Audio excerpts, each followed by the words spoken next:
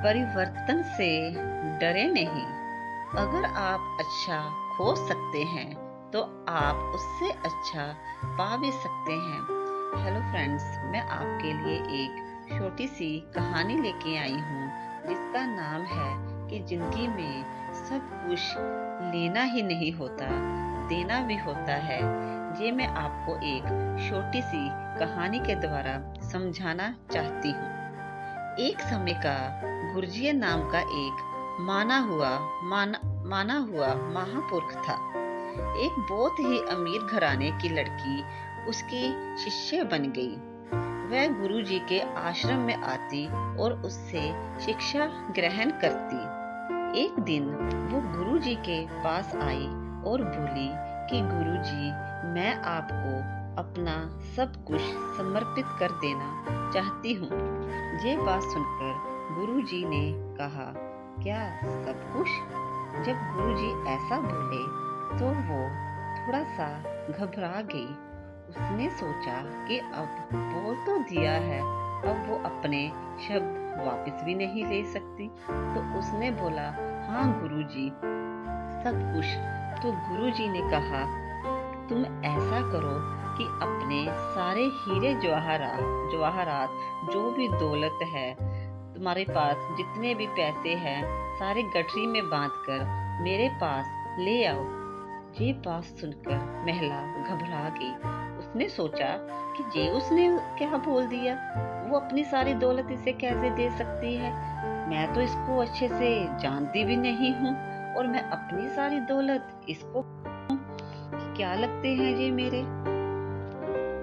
अब वो ये बात सुनकर घबरा गई। अब वो कर भी क्या सकती थी। वो आश्रम में गई और सहमी सहमी सी रहने लगी। आश्रम में एक और महिला रहती थी। उसने पूछा, क्या हुआ? तुम इतनी घबराई हुई क्यों हो? इतनी बेचैन क्यों लग रही हो आज? तो उस औरत ने उसे सारी बात बताई। तो ये बात सुनकर आश्रम में रहने वाली महिला हंसने लगी। उसने बोला कि ऐसा ही है, मेरे साथ भी ऐसा हुआ है। मैंने भी एक बार गुरुजी को ऐसे बोला था और गुरुजी ने भी मुझे ऐसे बोला था। मैंने तो अपनी सारी लाखों की संपत्ति गुरुजी को दे दी। पता है क्या हुआ? गुरुजी ने मुझे सब कुछ वापस कर दिया। ये बात सुनकर महिला की आंखों में खुशी आ गई। उसने बोला, सच में? तो आश्रम में रहने वाली महिला ने कहा, हाँ। तो वो भागी भागी घर गई और उसने अपने सारी जो भी उसके पास पैसे थे, हीरे जवाहरात थे, एक गठरी में बांध लाई और गुरुजी के पास भागी भागी आ गई। और उसने गुरुजी को बोला कि गुरुजी, ये लो, मैं अपना सब कुछ आपको दे रही हूँ। तो गुरुजी ने वो गठरी रख ली और बोले, मेरी बात सुनो, पर मैं ये आपको वापस नहीं करूँगा। ये बात सुनकर ही महिला घबरा गई। उसने कहा, ये क्या बोल रहे हैं गुरुजी? तो गुरुजी ने कहा कि तू मुझे देने के भाव से आई नहीं है। पहली महिला आई थी, उसने मुझे लाखों रुपए दिए थे और मैंने उसके वापस कर दिए थे। पता है क्यों? क्योंकि वो देने के भाव से आई थी और जब वो देने के भाव से आई थी तो मैं उसके पैसे कैसे रख सकता था। और तुम मुझे देने के भाव से आई नहीं हो, तुम तो मुझे लेने के भाव से आई हो।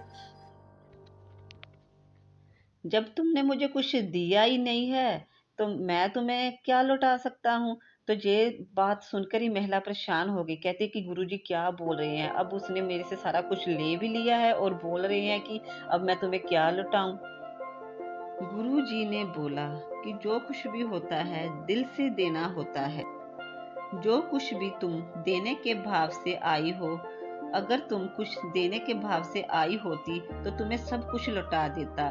पहली औरत आई थी देने के भाव से तो मैंने उसे लौटा दिए। गुरुजी बोले कि अगर कुछ तुमने अपने दिल से समर्पित करना होता तो गुरु तुम्हें 1000 गुना करके वापस लौटाता। वो कभी भी अपने पास नहीं रखता। अगर कोई भगत अपने परमात्मा को कुछ समर्पित करना चाहता है तो परमात्मा कभी भी अपने पास कुछ नहीं रखता। वो हमेशा ही 1000 गुना वापस लौटाता है, चाहे वो अच्छी सोच ही क्यों ना हो। परमात्मा अपने भक्त का कुछ भी नहीं रखता। अगर आप देने की क्षमता ही नहीं रखते हो तो मांगने की क्षमता कैसे रख सकते हो? अगर आप परमात्मा को कुछ देने का सोच ही नहीं सकते तो लेने का विचार भी आपके मन में कैसे आता है? ये बात सुनकर महिला गुरुजी के चरणों में पड़ गई और उसने बोला कि गुरुजी आप सब कुछ रख लो पर मुझे माफ कर दो। गुरुजी बोले नहीं, तुम सब कुछ लेके चले जाओ लेकिन जहाँ दोबारा कभी मत आना, क्योंकि दोबारा संबंध आत्मिक नहीं है। अगर आत्मिक होता तो तुम्हारे दिमाग में कभी प्रश्न नहीं आता कि ये इंसान कैसा है, मैं तो अच्छे से जानती भी नहीं, इसे मैं ऐसे सारा कुछ कैसे दे सकती हूँ। भगत और परमात्मा में प्यार होता है और इस प्यार के ऊपर कुछ भी नहीं हो सकता। गुरुजी ने बोला नहीं, अब तुम चले जाओ और जहाँ कभी मत आना। हाँ, अगर आना तो कुछ देने के भाव से आना, लेकिन ये बात भी याद रखना कि मैं कभी वापस लौटाऊंगा नहीं। आगे जाकर वो महिला दोबारा कभी नहीं आई। जीवन है दिन चार, भजन कर लीजिए, तन मन धन सब संत पर वार कर दीजिए। तो फ्रेंड्स, कैसी लगी आपको मेरी आज की स्टोरी? पसंद आई तो लाइक कमेंट शेयर जरूर कीजिए। Thank you.